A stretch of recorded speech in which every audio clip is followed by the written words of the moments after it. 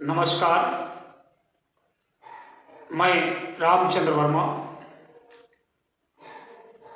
आज शब्द के विषय में चर्चा करेंगे कि शब्द क्या है, शब्द किसे कहते हैं, शब्द से आप क्या समझते हैं। इन प्रश्नों के उत्तर हम देने का प्रयास करेंगे। दो या दो से अधिक वर्णों के उस मेल को जिसका कुछ स्वतंत्र अर्थ होता शब्द कहते हैं। जब दो या दो से अधिक वर्ण मिलकर के एक अर्थ प्रकट करने वाले वर्ण समूह को निर्मित करते हैं तो वो शब्द कहलाता है। जैसे ज और ल दो वर्ण हैं, अगर इन दोनों वर्णों को हम एक में मिला दें तो शब्द बन गया जल। अब हम बताएंगे कि शब्दों के भेद कितने होते हैं या शब्द कितने प्रकार के होते हैं। तो कई आधार हैं शब्दों के भेद के। एक आधार है अर्थ। अर्थ की दृष्टि से शब्द दो प्रकार के होते हैं, सार्थक शब्द और निरर्थक शब्द। सार्थक शब्द वो है जिनका स्वयं का स्वतंत्र अर्थ होता है, जैसे खाना, पानी, चलना, दौड़ना, ये सब सार्थक शब्द हैं। निरर्थक शब्द वो हैं जिनका स्वयं का स्वतंत्र अर्थ कुछ नहीं होता, किंतु भाषा में सार्थक शब्दों के साथ बोले जाते हैं। इसलिए इन शब्दों की गणना भी भाषा के अंतर्गत आती है। अब इन निरर्थक शब्दों को देखिए। खाना वाना, हम आमतौर से कहते हैं कि आपने खाना वाना खा लिया है, तो इसमें खाना तो सार्थक शब्द है, खाना यानी भोजन, लेकिन साथ में जो वाना शब्द बोला गया इसका स्वतंत्र कोई अर्थ नहीं है, निरर्थक शब्द है। लेकिन साथ में बोले जाने के कारण भाषा के अंतर्गत यह भी अपना स्थान रखता है। दूसरा आधार हम देखते हैं भाषा की दृष्टि से।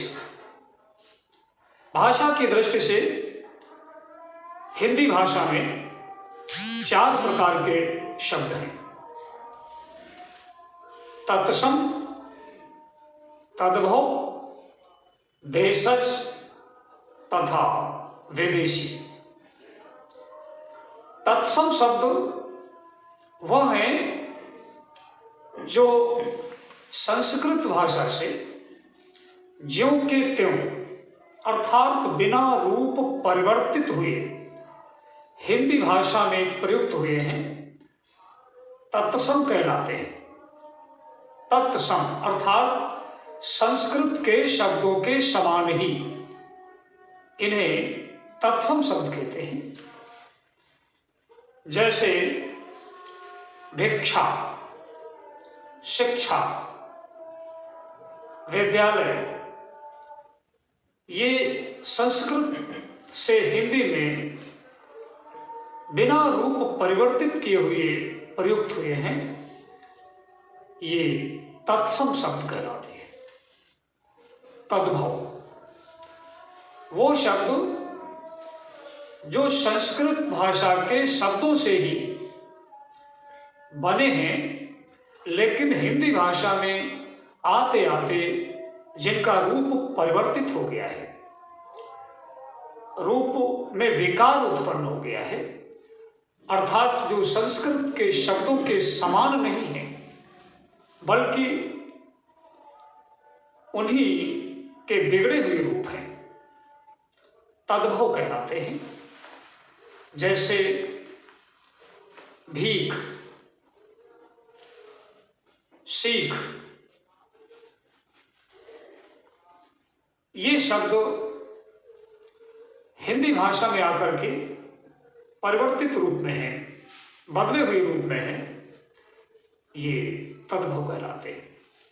तीसरे शब्द देशज, जो संस्कृत भाषा के नहीं है बल्कि क्षेत्रीय बोलियों के आधार पर अलग अलग क्षेत्रों में अलग अलग तरीके से बोले जाते हैं, ये देशज शब्द कहलाते हैं। जैसे संस्कृत में बालक शब्द है, तो कहीं इसे लड़का बोलते, कहीं इसे छोरा बोलते।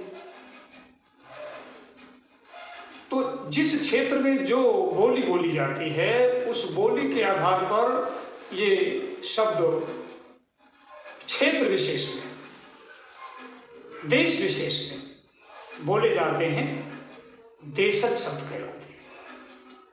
चौथे शब्द हैं विदेशी शब्द।